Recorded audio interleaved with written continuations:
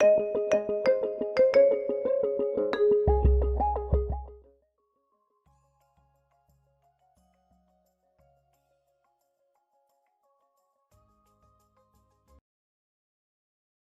Thanks. Welcome. I've never heard it formulated that way, and that's kind of exciting to me to, you know, when people hear, and by the way, it's 2015, I'm living in the past. So you can, you know, the way you start with the presentations, you take the title slide of a previous one and you begin from there, so that's how that happened, so apologize for that. What I'm going to talk today about a couple of different things and kind of give a background in what I think this idea of precision medicine is. And I've noticed that every time I look for a definition of precision medicine, I see something different, one that tries to incorporate who the audience is being addressed to. And so I won't be any different than that, but I'm going to try to at least give some background, because I think that in some sense is the driver for this. And that's very much in accord with what Dan was saying of how do we take random pieces of knowledge of medically relevant data and bring it together. And I'm going to give some context about my own work in recent projects that I've finished and current projects. And then I'm going to go into a deep dive on MedBook and try to get done in about 40 minutes or so. Okay, so just the background of what precision medicine is. And, you know, this is a biological term, right? It's the use of detailed patient data, such as genomic data, to guide clinical practice. Such as, I don't want to think that we should say that it needs to be exclusively genomic data, because there are many interesting high throughput data types. And genomic data is one high throughput biology data, extremely important one, perhaps the first one that is going to be in volume, but also perhaps the data that we get off of wearables will be extremely important, the devices we connect to ourselves. And I heard today from Stan Nelson about the idea of how do we use these devices in a totally non-genomic way to generate important information about depression. And that's extremely exciting too, because now all of a sudden we have very large numbers of potential patients, of people generating information and knowledge. And so genomic data is one very deep dive in data about an individual, extremely important, not well suited for the electronic health record system. So that's one of the hallmarks of what I think precision medicine is about, is that we have these data types that are not necessarily architected or well matched to what we do today in medical practice, namely which is mostly about clinical data. Not to say that the clinical electronic health record system is you know, a problem, it just wasn't architected for this purpose. It was architected for different reasons. Radiologists, of course, solved this problem by creating completely different independent PACS system that other doctors can look at, but really belongs very much in the heart and soul of the radiology department. And that's one way we might go with these other high throughput data types. We might have a PACS for genomics and a PACS for high throughput wearables. But I don't know that that's what we want. But that's not what I'm here to talk about. I want to talk about what problems to begin and motivate the discussion by what problems do precision medicine solve. And the idea that without precision medicine, and this is a cartoon, right? So obviously, like any model, it ignores a lot of very important details. But essentially, we go from a patient and we get therapies for that patient. And some patients benefit and many patients don't benefit. And a few patients have adverse effects. And the FDA, for medicines and medical devices, is architecting that as fewest number of patients as possible suffer adverse effects. And perhaps an identifiable subset gets benefit out of it, and then there's some group in the middle that doesn't have, that doesn't gain benefit but doesn't gain adverse effects, and we try something else on them. The concept of with precision medicine is that each patient benefits that we take this idea of DNA tests or some other high throughput data source, and we have a therapy that's tailored for that specific person. Now, this is obviously a cartoon, right, and ignores many important details. I'm going to beat up a little bit on the EHR. This is a screen of an Epic system. And the doctor is confronted with this, with a keyboard looking away from the patient, not where they want to be, entering data along the way. And this becomes the driving information system of medical practice, right? It is part of the dialogue, and nothing can happen to the patient that can't be enrolled, put here. No data can be captured that isn't part of this environment and this infrastructure. And like with other businesses, whether you're Starbucks or you are NASA, right? The information system becomes the model for what the enterprise does, right? It becomes the model. And if the information system cannot represent it, it's extremely hard, it's extraordinary, in fact, for it to go forward. And when you do go beyond it, right, you make movies out of it, right? Apollo 13, the film, at least, right? That is about going beyond what the systems were designed to do. And we think of it as heroic and extraordinary, right? But it isn't normal. It isn't normal to have to do that. And so if the information system becomes part of it. So as a computer scientist, as a computer engineer, one of the first things we begin to think of is what are the requirements, right, for the information system that goes on for precision medicine. And now, this is just a slide that I put together because I wanted to motivate it in this talk to you today, is that very clearly in the top, and I drew it as a circle, I didn't draw it as a list because I don't want to give you any idea that there's a ranking here. This is just, Ted sitting down prior to this talk, putting together some ideas to try to motivate why do I give you this talk. And at the top left-hand corner, I put patient diagnosis and treatment is clearly the most important part of it. But all the way around the circle, right, on the opposite end of this little depiction of it is cohort research. And I've been very interested in cohort research in what I've been doing because that is how we know today how to extract medical knowledge out of a data set. You take a group of patients, you see what's in common with them, you treat them the same, you treat them with one variable or two variables difference, and you write a paper about it, and you have now a way to change medical practice. So cohort-oriented research is clearly important. Not something that's supported today in the electronic health record system. Somewhat by design, somewhat because it's too hard to do it more than one thing at once. What else do we try to do? Well, we focus very much on patient adverse event analysis. When something goes wrong with a patient, how do you actually take what's going wrong and figure it out?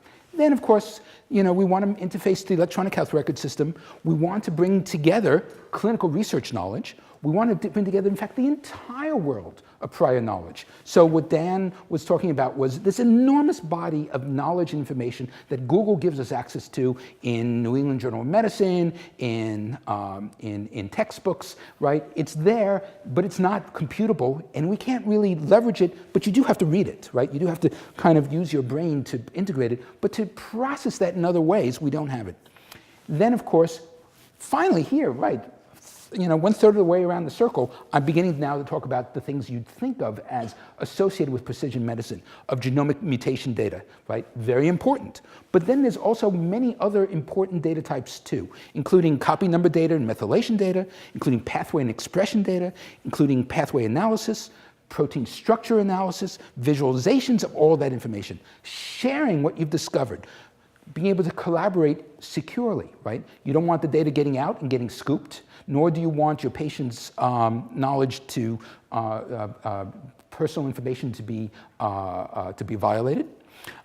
Then, of course, there's something completely different. What if the patient could tell you something about the outcomes? And that is kind of suspect, but nevertheless, we want to make it have a voice in this. The place where many of you work, of course, is identifying new drug targets, and that's an essential part of what we want to do, and to be able to identify disease subtypes so that we know which therapies are possible to be done.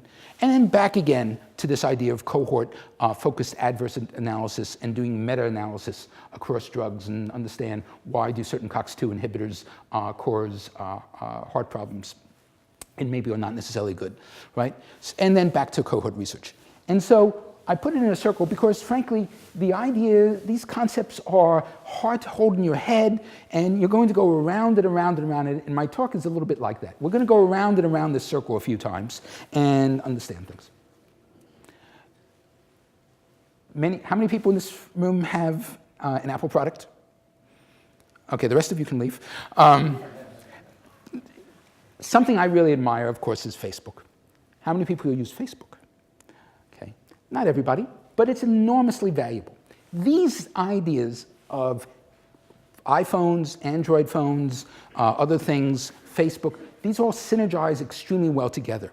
One of the reasons why it synergizes extremely well together is because of this thing which you're vaguely aware of exists but probably don't think about very much, that there is a graph. There is a very complicated, wonderful information model in Facebook, in some of these other systems, that represent this collective knowledge base. And the thing which makes Facebook so enormously valuable is that they give access to this graph in ways which are both programmatic, which can be mined for information, which can find people, for example, in Westwood who are Mets fans, and sell them a T-shirt that says, "Man, look who's made the finals of the World Series. Westwood fans for the Mets, right? They can sell you a T-shirt of that, and you can, right? They will, if you are known at all in Facebook that you live in Westwood and you're a Mets fan, you will get an offer for a T-shirt for that. That information, right, we don't have from the medical world. We can't apply it. We have a little bit of it. We can use wonderful systems like UC Braid has had to be able to find out how many patients at UC Davis have type 1 diabetes and heart attacks recurring, but that's very narrowly constrained and a great deal of effort. Whereas anybody with, T-shirt, in the T-shirt business can get access to this information. So there's a huge imbalance here. Now I'm going to shift gears dramatically. So that was the first idea. The second idea I want to say that preludes and sets the stage for this is what's going on with cancer. And one of the interesting things about cancer is that it's also a big data source. And part of the reason why it is because the mutations that occur in cancer are so varied. But of course, it's across different tissue types. The same mutation can occur in different cell types and have either a similar or wildly different phenotype. The genotype and the phenotype in this case, the genetic expression of the genotypes and of the mutation types, all of a sudden can vary dramatically. And so we like to say that while cancer seems to be a disease where every patient is unique, not every patient's every patient's disease outcome, which we couldn't treat them at all.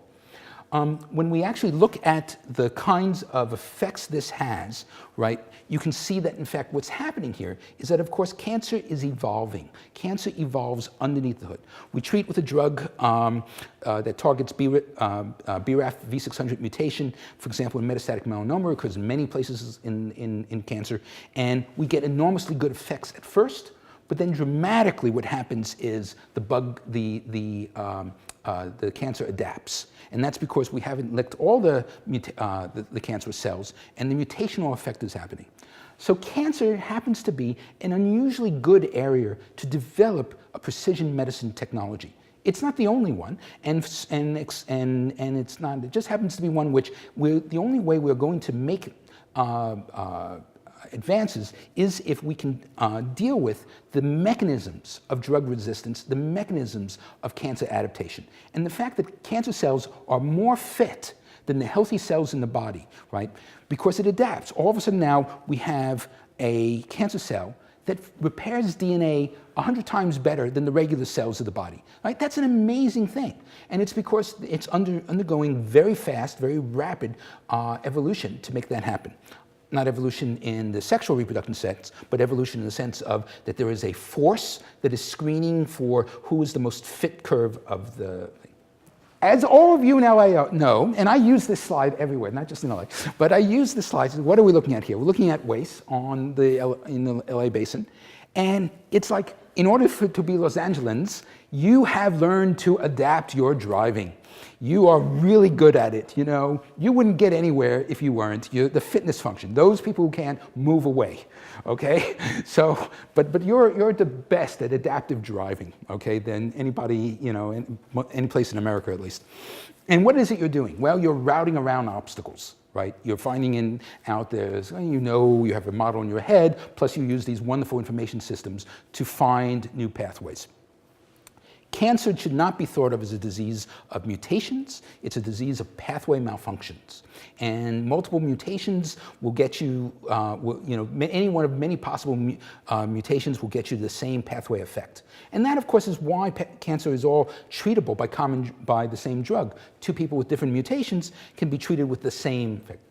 And the pathway models that we build come from basic research. They come from people studying model organisms and other research tools, and pull out and create these wonderful, terrific models which represent this amazing prior knowledge behind us. And some of this work, for example, that we've done in the TCGA group, revealed that, in fact, that individual genes may be mutated only 2% at a time, 10% at a time, 20%. But the pathway as a whole is mutated and altered in 80–90% of the cases. And so while our tools and vocabulary are very much oriented towards individual mutations, in fact, the actual science that's occurring is a transformation of the pathway organism. None of this data is available to the clinician, right? This kind of knowledge is not part of the discussion. Discussion about individual mutations, you have a mutated EGFR gene, that is available. The fact that you have altered pathway expression is not. And so part of my prior work has been to try to take these ideas of pathway alterations and to understand how does that effect compare in different pathway cancer. And so we built a system called Paradigm. And what it is, it's essentially the idea of how do we take multiple measurements. And in this diagram, I'm representing two genes, MDM2, which downregulates TP53. And we notice that because you see that block there, the simple little diagrammatic thing. And it's sort of like an electronic circuit. And right now, I'm just teaching you the vocabulary of just how we represent that visually. MDM2 downregulates TP53, which upregulates in apoptosis to the cell. And TP53 is the guardian of the cell, right? It's well understood to be one of the caretaker genes in the body that detects cancer and other aberrant mutations. And when when it detects aberration, it kills off the cell through apoptosis. MDM2 is a regulator of TP53, and it regulates at the RNA level, and that's what that red line there is. And so in roughly half the cases of cancer, TP53 is mutated, and it doesn't regulate anymore. So what happens in the other half? Well, in the other half, right, something else is happening that is causing cancerous effect to happen, such as, for example, that you might have MDM2 overexpression. Right? You might have a mutation in the cell. We have many, many copies of it, of the DNA. That copy number increases, and then we indicate that just diagrammatically in this picture by having a red circle around the DNA. The increased copy number increases the amount of RNA, increases the amount of protein, increases the amount of active protein, which in turn then downregulates the TP53 expression, and boom, we have apoptosis. In this case, blue being indicated as being down. So this model of cancer explains, at least that there are many ways to have. So the point I want you to leave with this is as follows: that there are multiple places we can measure the cancer, what the cancer does, not just in the DNA mutation, but also in its expression, in its methylation state, in its active protein state. And we need some way to take all these vectors of information, all this knowledge, synthesize it into a uniform model. And I'm not going to spend too much time on this talk, because it's a wonderful topic, but merely to talk about my own intuition of this. And now to give you just a little bit of math to think about this through. And that is that this is essentially a very high-dimensional space, right? We start off, and I depicted that here just by saying that there's 3 dimensions, as if we had only 3 measures to go. But in fact, of course, we have 20 or 30,000 genes, another 30,000 points of expression, methylation state, copy number state, and we actually want to synthesize that together into some kind of uniform model. And we can represent that and come up with essentially a correlation score where If two things are essentially aligned, right, 2 points are very correlated, then it's a 1.0, and if things are anti-correlated, it's -1, and then somewhere in between. And that's a simple way to, one of many ways, to go from extremely high dimensional space to one dimension, one number, which allows us to compute over it very rapidly and look for what are the most important and significant things. This notion is kind of trivial, but it happens to be useful to be able to take these enormous amounts of different types of data and put them together. And there's a bunch of math we could go into, but essentially it starts off with, comes up with the simple idea of a t-test, which everyone has passed through, to understand that you can take these kinds of multidimensional vectors and come up with a score. We have better measures than that to come up with these things.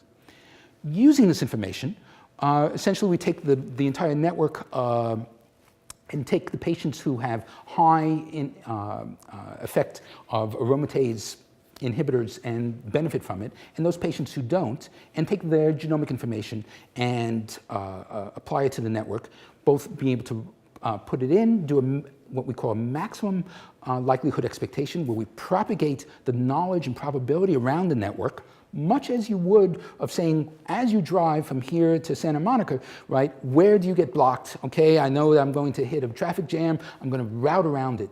That represents, in fact, you are 1 point in a probabilistic space when you are doing that, to either adding to or subtracting from the current jam on the road. Very much the same idea here. We're taking the probabilistic space of what are the measures we see in concordance, running around the probabilistic network. Boom, what pops out is the ability to read networks of what's going on, where are the jams independent of that. So this basic idea is a technology I call DIPSY, and it's one which I've applied both here and in this article published in Nature and AACR Research. And we're validating that with the University of Washington in further follow-on studies. Okay, so that's the second big idea that I wanted to go. How then do we then apply it? So there are two foundational projects I'm building upon. One is this West Coast Prostate Cancer Dream Team, including Owen Whitty and Matt Rettig and Rob Ryder here at UCLA. And essentially the idea is to integrate the data of 5 different prostate cancer groups, both from University of British Columbia, Oregon Health Sciences University, UCSF, Davis, and folks here at UCLA, bringing together to create this West Coast Dream Team. The dream, of course, is how do we take castration-resistant prostate cancer and being able to get a mask on it. And there we're collecting studies and being able to come up with intervention integrating this enormous amount of data. This project is extremely important because they're funding as well the MedBook research. The other project that I've just begun is this thing we call California Kids Cancer Comparison. And the idea here is that we're going to take aggregating 3 studies from 4 different centers, the UCSF Benioff Children's Hospital, the Pacific Pediatric Neuro-Oncology, Children's Hospital of Orange County from Irvine, and from Stanford, and being able to bring this data together in a way that allows for us to actually come up with interventions doing pathway analysis on top of the mutational data. And this project is just beginning. The dream, of course, is that essentially not just to sequence the every child's genome who comes down with cancer, but also to analyze it and apply these techniques. And so make available the entire pharmacopoeia of all cancer therapies potentially to every patient. The technology for this is to bring this data together into this system called MedBook, and to make it possible for the researchers who are part of the study and the clinicians to access it. So we're moving forward now from purely a research model into a clinical treatable model. So what is this MedBook thing? You've heard now the background of it, heard what we did, and obviously part of this as well is that patients are involved. And I put Steve up there. Clearly, he's suffering somewhat from cachexia here, right? And he's, of course, being told, you have to make a decision. You have to make a decision. Which would you like? Would you like your chemotherapy, radiation therapy, or some other kind of therapy? Making a decision. I worked for him during this time period, and he chose to go alternative therapies, right? He chose to go non-traditional at first. And that's, and essentially he was being asked to make a decision in the face of no information. So of which would be better for him, right? He was essentially that. Now, this is a person with unlimited resources, unlimited capability. He summoned doctors in the room, flew them on private jet planes to meet and discuss with him and to meet together, right? Keep Steve Alive was the project, KSA, Keep Steve Alive. No one could give him the data to make a good decision. And I can tell you, while not a very pleasant person to work for, right, if you gave him the data, he would come up with the right decision. So how do we bring this data together to do it? When we think about the pipeline here of going from biopsy and sequencing and being able to take the data out of the EHR and bring it through what I think of both this first column here of raw data analysis, which includes a lot of very hard to use and awkward technology of genome mapping and mutation analysis and expression analysis, and be able to compare that to the world of genomes. It's an enormous amount of work. And then there's a whole other pipeline of medical data analysis. What is medically significant? What pathways are interesting? What drug targets, right? Synthesizing all of that together into one environment, and then to be able to present that into the patient and come up with a diagnosis case report, and then for this to spin around a few times is kind of hard, right? How do we take that high dimensional space? So one of the things we're trying to do, of course, is to create visualizations that do this. And now I will go and see if we can actually switch. Do we see? Yes. And so you've been hearing about MedBook. You should hear a little bit to see what it looks like. What does it look like? It looks sort of like Facebook, right? I mean, not totally, but it's the idea. It's kind of primitive. The idea here, of course, is how do we bring this kind of knowledge into data? How do we bring this very high dimensional space in the data and project it down? This is something called tumor map. This particular visualization essentially says that, can you see this up in the top right hand corner? That in this example, we've taken the TCGA data from the different types of glioblastoma types and look to see how do we take this very high dimensional space and convert it down and to be able to compare the different types. And you'll see that it kind of forms this kind of islands, right? Kind of islands of infrastructure. Pro-neural down, is well intermixed with IDH wild type, which is well mixed to, and this is just well-known subtypes of cancer, and to be able to say, oh, look, gee, over here, there's a little bit of this aqua in the midst of this green, right? Does that tell us that, for example, that these two samples that are diagnosed as IDH mut wild type, they're a lot like the mesenchymal types, right?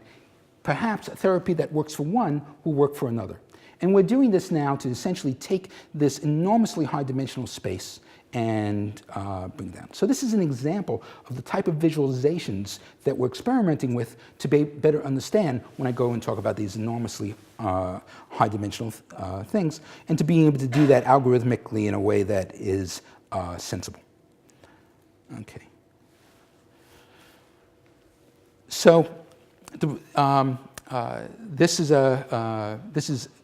this particular study is essentially taking all 30 of the TCGA tumor types and taking each of the different BRCA, endometrial carcinoma, lung adeno, lung squamous cell, and being able to bring it all into one picture. This is the entire universe of cancer. Not perfectly happy yet with the data set because there's a number of different ways, obviously, to squeeze a very, a 30,000 dimension space into 2 dimensions.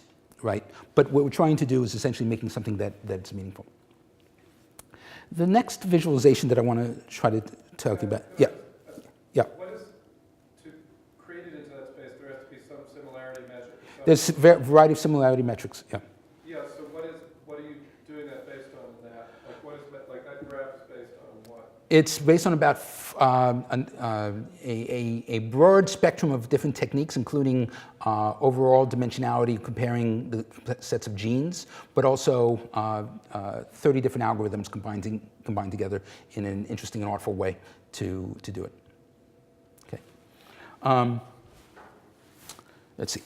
So then to create that, you say, okay, that's great at the 60,000 foot level. Now I'm interested in one gene, and to be able to say it. And so here, for example, this data set, this study is comparing the West Coast Dream Team data, what I was talking about.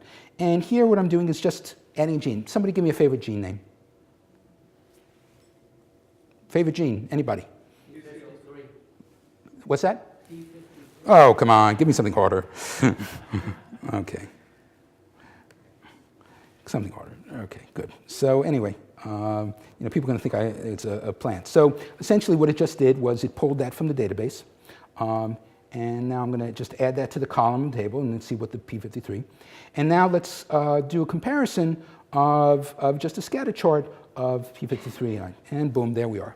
So the idea here is, is there a relationship, you might think, between the androgen receptor, AR, and P53. And looking for the study here, the variable I have is whether or not it's abiraterone resistant or naive. And you can see that, in fact, there's some measure there. There's some correlation. Upregulated in one is regulated in another.